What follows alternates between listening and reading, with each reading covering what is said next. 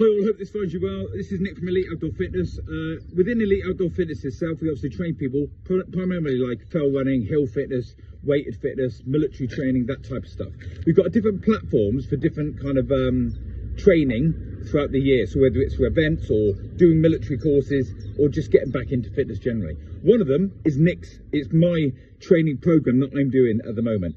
And that's online, and you can get it through through the website at the top, drop down menu, and it's like what we do is Nick's Event Training, I think it's called.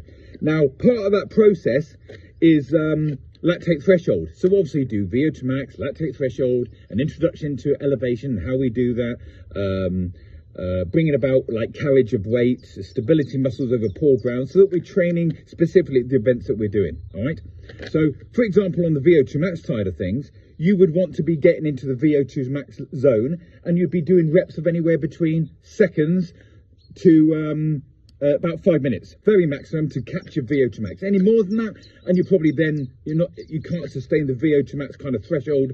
You're moving into lactate threshold kind of territory. Okay, so when you're doing lactate threshold, which is what we're going to be talking about now, we're working in the range of about 82 to 88% of your maximum heart rate, the lactate threshold sweet spot range, and there's a number of different ways that you can train for that. So people might do a progressive run, building up over an extended period of time, from 0 up to 40, 50, 60, 70, 80 minutes, like on a Thursday night session if you went to a running club, a progressive lactate threshold session, all the way through to do reps. And reps normally in the lactate threshold range are normally anywhere between 5 minutes and say 20 or 30 minutes. Uphill reps, flat reps, whatever you're doing.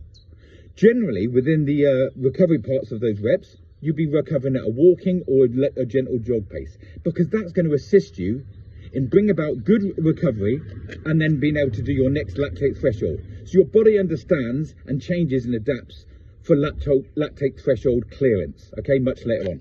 Now, part of that progression, which is the session that we're going to be doing today within my Nick's Event Training Group, is a speed versus endurance session. And what I mean by that is capturing speed at a lactate threshold area of working between 82 and 88%, but then your recovery is one step up from normal recovery.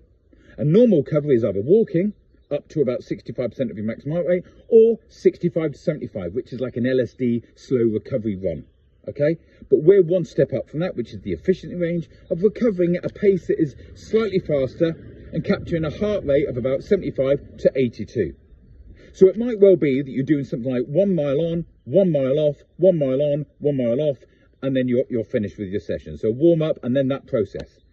It's a very difficult session to get right. Some people need a little bit of a help on that because it's quite difficult to get your tempo reps right, plus the recovery parts in between. This is a real important part if you want to do well in things like park runs, 10Ks, half marathons, specifically Roman Rampage, Paris 10, and upwards up onto the fan dance as well. Because for the most part, when you're doing any of those events, at no point are you thinking, I feel absolutely amazing at recovery state, because you're always working at a higher level and you're trying your best to recover whilst in motion. Hope this helps. Any more information, then come and give us a shout at Elite Outdoor Fitness. Thanks.